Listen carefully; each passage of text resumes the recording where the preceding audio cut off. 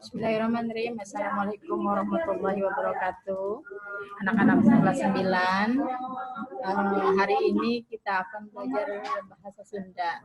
Ya, mungkin di kelas 7-nya ada yang udah kenal nama Ibu. Karena kan kelas 7 Ibu juga pernah ngajar kalian kan.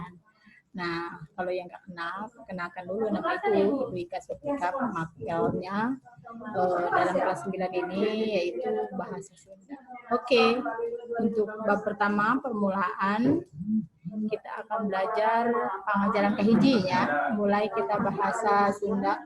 Ini ngomongnya apa? Kamu bisa nggak kalau Ibu ngomong bahasa Sunda? Oke.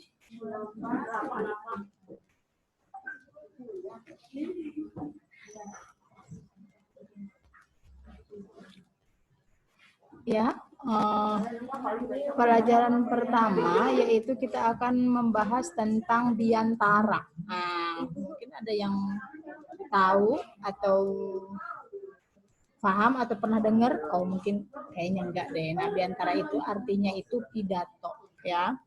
Nah, pengertian di sini adalah biantara itu pidato. Pidato itu salah sahiji, maksudnya salah sahiji itu salah satu. Nah, kaparigilan itu keterampilan, nyarita itu ngomong atau berbicara, ya. Pikeun maksud untuk menyampaikan maksud atau menjelaskan satu persoalan. Nah, atau ngajelaskan itu menjelaskan ya. Hiji persoalan itu satu persoalan, kajal Maria itu artinya ke orang banyak. Jadi kita berpidato di depan orang banyak. Nah, itu namanya biantara kalau dalam bahasa Sunda. Nah, sedangkan biantara itu sendiri terbagi ke dalam 4 metode. Jadi dalam bahasa Sunda itu biantara itu pidato terbagi ke dalam 4 metode. Yang pertama, metodenya adalah metode impromptu. Nah, impromptu itu bahasa ya keren lah gitu. Dalam bahasa Sundanya ngadadak. Kalau bahasa kamu mendadak ya, mendadak.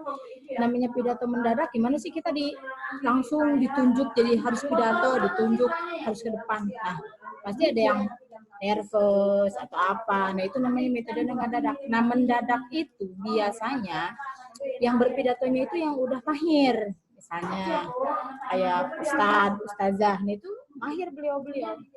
Misalnya kepala sekolah. Nggak ada persiapan. Nah, itu namanya mendadak. Tidak ada tanpa persiapan, nggak pakai teks. Karena memang beliau-beliau sudah mahir, jadinya ditunjuk berpidato mendadak pun beliau-beliau itu sudah siap gitu. Ya itu namanya mendadak gitu ya. Oke, metode yang kedua dari biantara atau pidato itu yaitu ngapalkeun. Ngapalkeun itu bahasa Sunda, kalau bahasa Indonesianya yaitu menghafal ya. Menghafal itu biasanya tuh pidatonya atau biantaranya itu pidato untuk perlombaan. Perlombaan. Ya usia kalian lah kelas 9 SMP atau MTS ya. Misalnya ada perlombaan pidato tingkat SMP. Otomatis kan kalian harus menghafal dulu dari A sampai Z-nya. Kalian nggak boleh terlewat. Nah, kekurangannya pidato ini yaitu kalian tidak bebas berbicara karena bertumpu terhadap teks. Jadi tidak bisa berimprovisasi yang lebih lagi gitu. Nah, kalau tadi kan mendadak tuh karena gak ada teks ya bebas berimprovisasi. Mau berbicara apapun, yang penting tidak boleh keluar konteks gitu ya. Nah, kalau yang metode ini metode apa gitu menghafal. Yang ketiga, anu katilu bahasa Sundanya itu metode naskah. Metode naskah itu ada teksnya, ada naskah atau teks ya. Nah, jadi kalian baca dari A sampai Z, nggak nengok kiri, nengok kanan ataupun audio. Nah, itu namanya metode naskah. Ya biasanya metode naskah ya karena pidato pemula ya bisa aja siswa-siswi ya metode naskah. Karena di depan mungkin karena menghafal takutnya salah, ya udah dibaca deh langsung nah gitu ya. Yang terakhir ada namanya metode ekstemporan. Ya. Metode ekstemporan ini metode yang hampir sama seperti impromptu untuk yang udah mahir ya. seperti Bapak Kepala Sekolah, Ustadz-Ustazah. Tapi yang extemporan ini ada garis besarnya. Jadi beliau ada kertas ya, bawa kertas, ditulis garis besarnya apa. Nah nanti setelah itu dipaparkan, misal contoh, ada yang ceramah atau biantara atau pidato itu menerangkan tentang sedang ngaji ya ini misalnya tentang batalnya wudhu. Nah beliau tuh menulisnya ya garis besarnya aja. Misalnya ada batal wudhu ada 1, 2, 3, 4. 1 diterangkan. Nah dipaparkan. Jadi yang ditulis hanya kuncinya saja atau garis besarnya saja.